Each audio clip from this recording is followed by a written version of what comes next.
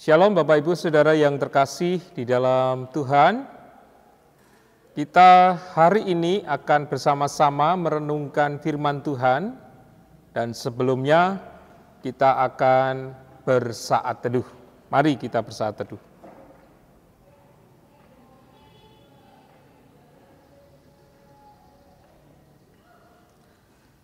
Bapak Ibu Saudara yang terkasih di dalam Tuhan. Di dalam gereja ketika beribadah selalu ada simbolisasi penyerahan Alkitab dari majelis kepada pengkhotbah, bukan pendeta ya, tetapi pengkhotbah. Itu adalah simbol penyerahan pelayanan ibadah kepada seseorang yang memang dipercaya untuk melayani umat dan memberitakan firman Tuhan. Nah, di gereja kita ini ada simbolisasi, gereja di tempat kita ini ada simbolisasi Alkitab yang besar, tapi tidak pernah dipakai ya.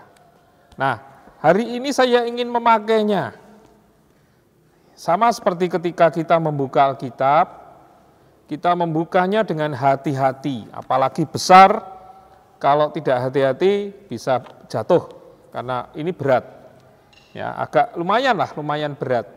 Nah, Bapak Ibu, dalam apa yang saya sampaikan tadi, ini juga dilakukan oleh Yesus.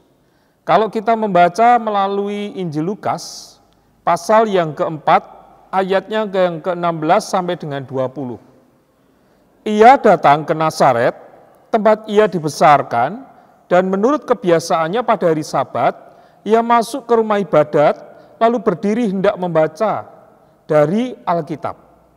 Kepadanya diberikan kitab Nabi Yesaya, dan setelah dibukanya ia menemukan nas di mana ada tertulis, Roh Tuhan ada padaku, oleh sebab ia telah mengurapi aku untuk menyampaikan kabar baik kepada orang-orang miskin, dan ia telah mengutus aku untuk memberitakan pembebasan kepada orang-orang tawanan dan penglihatan bagi orang-orang buta, untuk membebaskan orang-orang yang tertindas, untuk memberitahukan tahun rahmat Tuhan telah datang.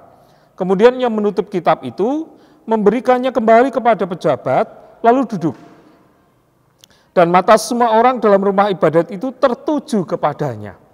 Nah, Bapak Ibu, saya berpikir begini, apa yang dilakukan oleh Yesus saat ia membaca, sehingga kemudian banyak orang menjadi takjub, hanya membaca.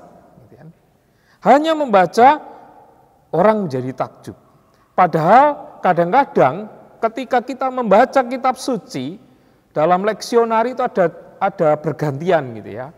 Bergantian dari lektor, yang terakhir pengkhotbah.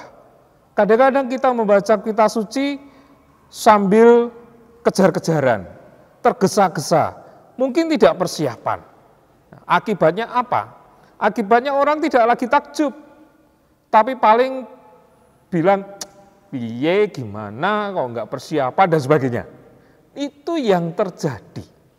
Nah, Bapak Ibu Saudara yang terkasih, tidak dilakukan oleh Yesus. Apalagi setelah itu Yesus mengatakan bahwa pada hari ini genaplah nas ini sewaktu kamu mendengarnya.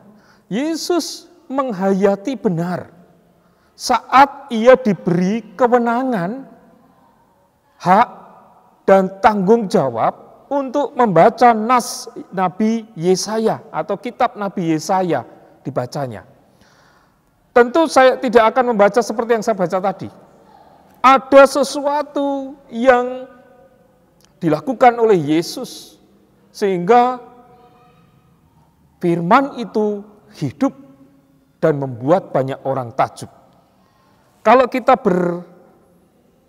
perhatikan dalam ayat 18-19, ayat Yesaya ini mengingatkan betul tentang bagaimana Allah memilih hambanya.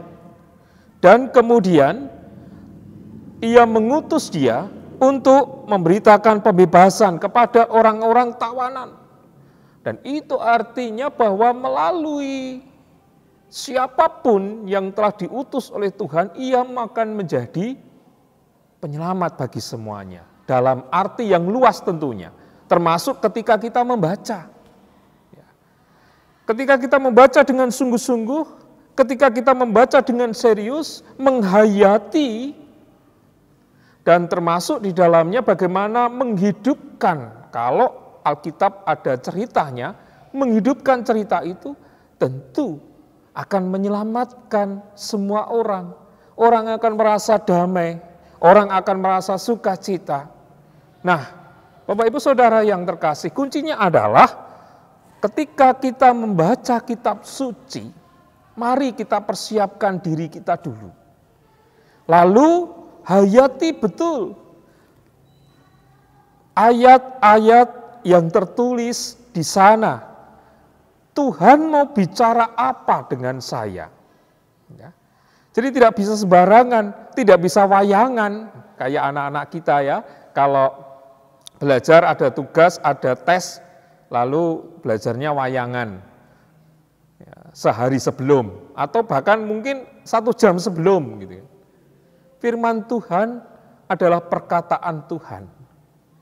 Kalau kita betul-betul mengamini bahwa ia adalah firman yang hidup, maka bukan hanya yang mendengarkan yang akan merasakan, tetapi juga yang diberi kewenangan akan merasakan, akan memberikan kekuatan kepada ia yang diutusnya.